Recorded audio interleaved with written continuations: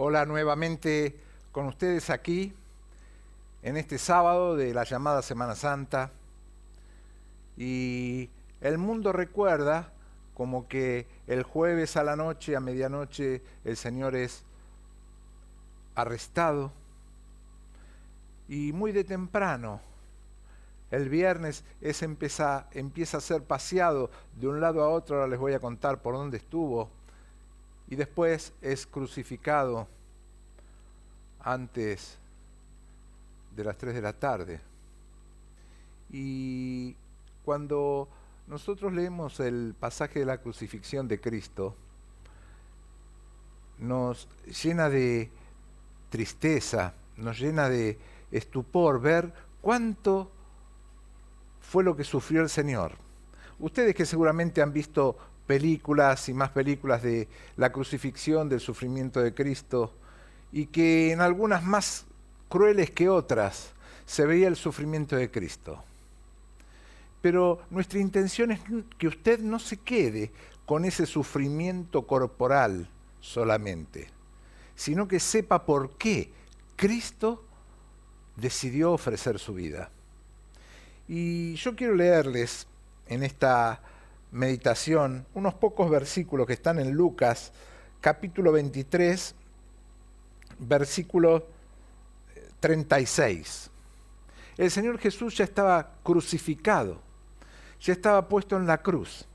Y dice, los soldados también le escarnecían, acercándole y presentándole vinagre, y diciendo, si tú eres el rey de los judíos, sálvate a ti mismo. Había también sobre él un título escrito con letras griegas, latinas y hebreas. Este es el rey de los judíos. Y uno de los malhechores que estaba colgado le injuriaba diciendo, si tú eres el Cristo, sálvate a ti mismo y a nosotros. Respondiendo el otro le reprendió diciendo, ¿ni aún temes tú a Dios, estando en la misma condenación? Nosotros a la verdad justamente padecemos porque recibimos lo que merecieron nuestros hechos, mas éste ningún mal hizo. Y dijo a Jesús, acuérdate de mí cuando vengas en tu reino. Entonces Jesús le dijo, de cierto te digo que hoy estarás conmigo en el paraíso.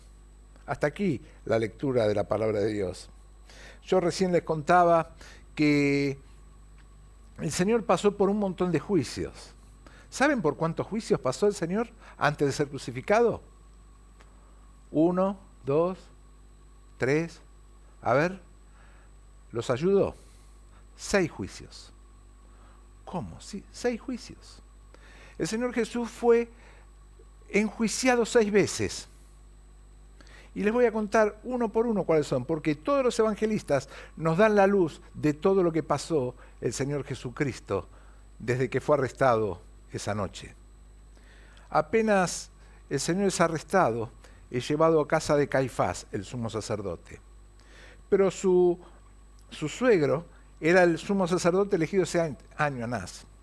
Entonces, en la casa de Caifás es hostigado, enjuiciado, le hacen preguntas. En la casa de Anás también. Y Anás le pregunta, el Señor le dice, ¿por qué me mandaste? Cuando yo enseñaba en el templo no me detuvieron. ¿Por qué ahora? Y el sumo sacerdote, ante la respuesta de Cristo, le pegan a Cristo y rasga sus vestiduras en señal de agravio, como que se había agraviado la presencia de Dios. Y realmente con esos falsos juicios, lo único que lograban era que su pecado fuera mayor, porque estaban condenando al Hijo de Dios. Pero no solo, fíjense, pasan por la casa de Caifás, sumo sacerdote, por Anás, su suegro, que era también sumo sacerdote, sino que, ¿quién se acuerdan ustedes que está? El que se lavaba las manos, Pilatos. Lo mandan a Pilatos. Y dice el relato del Evangelio que, como era la preparación de la Pascua, ninguno quería acercarse al pretorio, que era donde estaba Pilatos. Entonces lo entregan ahí y le dice, júzgalo tú.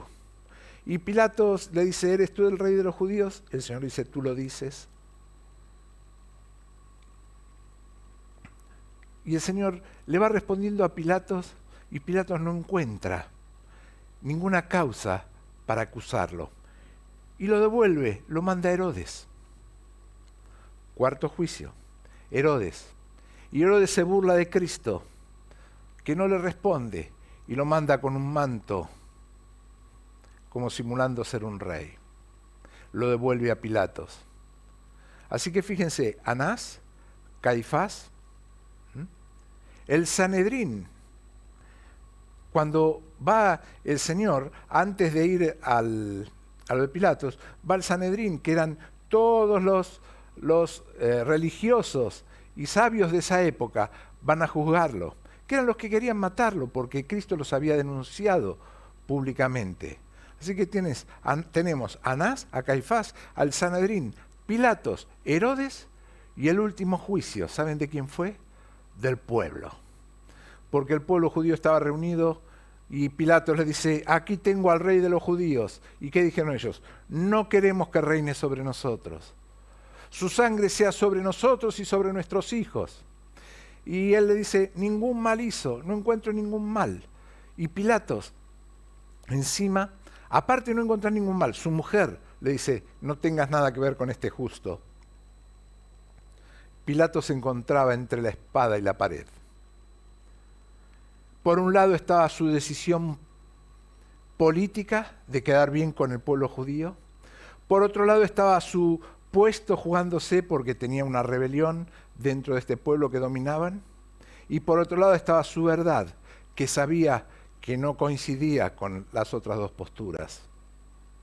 Y Pilatos se decide por darle curso a la cuestión política, a cuidar su trono, evitar el serrucho que César. ¿Por qué? Porque los religiosos judíos eran pícaros. Le decían, si este se quiso hacer igual a César y todo lo que se opone a César está contrario, si tú lo absuelves, te vamos a denunciar con César. Estaba presionado Pilatos. Este ningún mal hizo. Entonces tiene la brillante idea Pilatos de decir, bueno, miren, yo en la fiesta siempre suelto un preso. Así que les voy a soltar a Cristo. Y el pueblo dice, no queremos a Cristo, queremos a Barrabás. Eligieron un ladrón, un sedicioso, para que sea libre. ¿Cómo se equivoca el pueblo? ¿Cómo se equivoca? Preferían un ladrón a la persona de Cristo. Y el pueblo judío se equivocó porque hizo ojos ciegos a la verdad de Dios. Y el Señor Jesús fue 6 veces ajusticiado. Anás, Caifás, el Sanedrín, Herodes, Pilatos y el pueblo. 6 veces fue a la justicia humana y 6 veces lo condenaron. Ningún mal había hecho. Él había dicho, destruyan este templo y en 3 días lo levantaré. Y ellos decían, dijo que va a destruir el templo y lo va a construir en 3 días. Ha profanado la palabra. Testigos falsos, diciendo mentiras, justificaban. Y el hombre se ha valido no solamente en nuestro tiempo de testigos falsos, de juicios falsos, de cosas falsas, sino que también en la época de Cristo ya estaban. Y cuando el Señor sale del último lugar de Pilatos, Pilatos lo azota y se los entrega para ser crucificado. 39 azotes en la espalda del Señor, una espalda lacerada, sangrante, sin haber hecho nada. Pero el plan de Dios era ese, era que Cristo diera su vida por mi pecado y por el suyo. Cuando el Señor sale llevando su cruz, se encuentra ahí, con alguien de África, que lo ayuda, lo toma los soldados y lo ayuda a cargar su cruz. Y aquel que carga su cruz lo ayuda al Señor. ¡Qué bendita ayuda! ¡Qué bendita ayuda a ayudar al Señor a cargar la cruz! Y él que estaba débil porque estaba en agonía, en tristeza, quizá tantas horas sin probar un bocado, le acercaban vinagre para que tome. Y el Señor lleva su cruz. Simón de Cirene le ayuda a llevarla. Un negro lo ayuda a llevar su cruz y él es crucificado. Y fíjense ustedes la ambivalencia de lo que piensa el ser humano y lo que era el Espíritu Divino de Dios. A él lo cuelgan, dice el relato, en el medio de una cruz y a su lado 2 malhechores. Y el sistema romano siempre colgaba al peor malhechor en el medio, más arriba, para que fuera bien visto, y todos sus secuaces alrededor. Y el sistema humano quiso colgarlo en una cruz para que él fuera visto como el peor malhechor. Sin embargo, el programa divino era que Cristo fuera en esa cruz, porque era aquel que estaba cargando mi pecado y el suyo. Estaba pagando el precio espiritual impagable de haber perdido la relación con Dios. Qué distinta visión, ¿no? El hombre lo miraba como un malhechor y Dios lo veía como el Cordero de Dios que quita el pecado del mundo. Y ese Cordero de Dios es el que dio su vida a favor nuestra. Y yo leí recién que había un título que puso Pilatos: este es el rey de los judíos. Y los judíos se enojaron por ese título. Pero Pilatos sin querer profetizó exactamente que era el rey que esperaba el pueblo judío y que no reconoció. Y Jesucristo es el Mesías del pueblo judío. Y Jesucristo va a venir otra vez a buscar a su iglesia y después se va a ocupar también del pueblo judío, de que haya un remanente fiel que pueda encontrar la salvación. Dios no se olvida de su pueblo. Y los cristianos tampoco nos olvidamos de su pueblo. Y los amamos al pueblo judío, porque el Señor, la salvación vino a través de ellos. El Señor decía: a los suyos vino y a los suyos no le conocieron. Más a los que no le conocieron, más a nosotros, que no éramos judíos, nos dio la posibilidad de ser hechos hijos de Dios. Miren, cuando estaba en la cruz y el cartel decía: este es el rey de los judíos, quizá los hombres no aceptaban que fuera el rey de los judíos, pero era el rey del dominio propio, el rey del amor. Él no despachó ninguna palabrota, nada, desde la cruz. En el sufrimiento de esa cruz se acordó de su madre y del apóstol Juan le dijo: hijo, cobija a mi madre en tu casa. Y el apóstol Juan a partir de ahí la recibió a María en su casa. Él de ahí en la cruz decía: Padre, perdónalos porque no saben lo que hacen. No profería insultos, sino palabras de perdón, de amor. Y nos dice el relato que en un momento, dice, viendo que había cumplido la obra, dijo: para que se cumpliese la escritura, sed tengo. Y los soldados le daban vinagre. Y en un momento nos relatan los evangelios, el Señor dice: Dios mío, ¿por qué me has desamparado? Porque Dios mismo lo desampara al cargar el pecado de todos nosotros en esa cruz. En esa cruz estaba pagando el precio de mi pecado, que era impagable, y del suyo.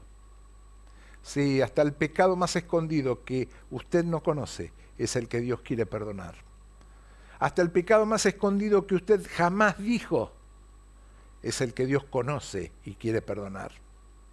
Porque Él pagó el precio para que usted tenga paz.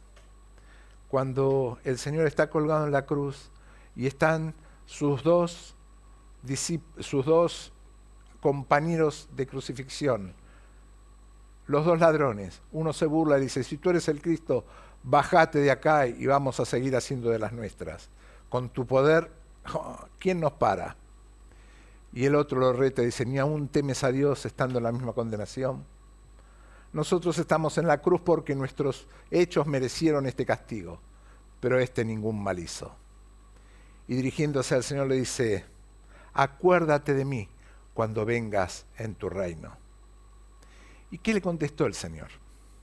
bueno, vas a tener que hacer una buena vida, vas a tener que portarte mejor, vas a tener que dar ofrendas, vas a tener que dar mucha plata a los pobres. ¿Le contestó algo de eso el Señor? Nada de eso. Le dijo, de cierto te digo, hoy estarás conmigo en el paraíso. Porque el perdón de Dios es gratuito. El perdón de Dios se da a aquel que lo reconoce con humildad, con arrepentimiento. Y el perdón de Dios está disponible para usted y para mí en todo momento. Ese es el perdón de Dios. Va a llegar un momento donde el perdón de Dios termine, el periodo de la gracia, del regalo de Dios termine y pasemos a otra vida y ahí ya no habrá más posibilidad.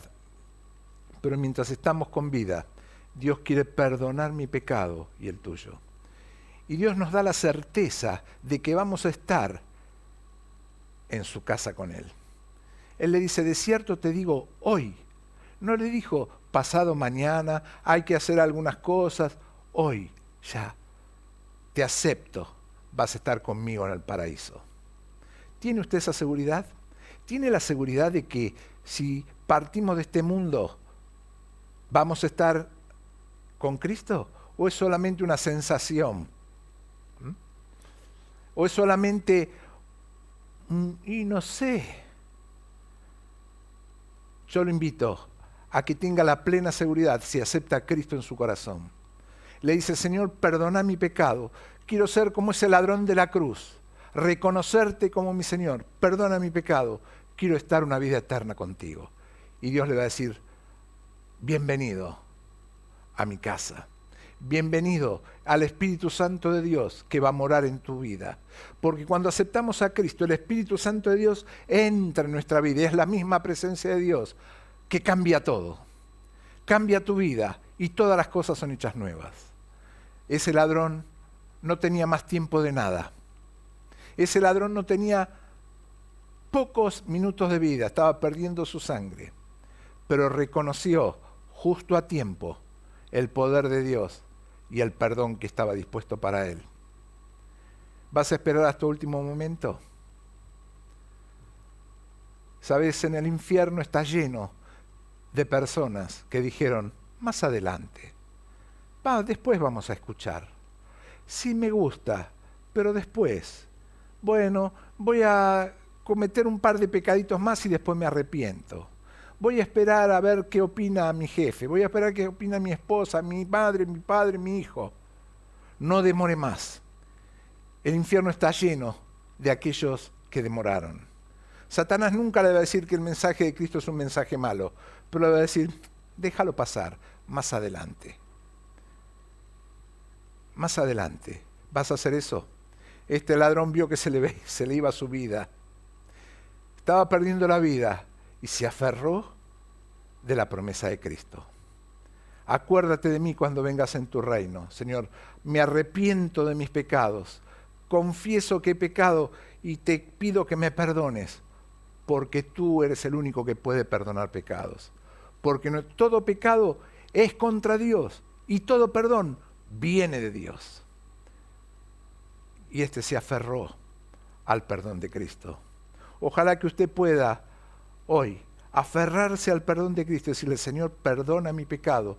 Quiero ser una hija, un hijo tuyo. Quiero poder verte también, como ese ladrón, estar contigo en el paraíso. Ojalá que Dios permita que estos días de Semana Santa y el pensar en lo que hizo Cristo por nosotros nos lleve a una decisión gratuita, pero que cambie eternamente su vida. Que el Señor nos bendiga.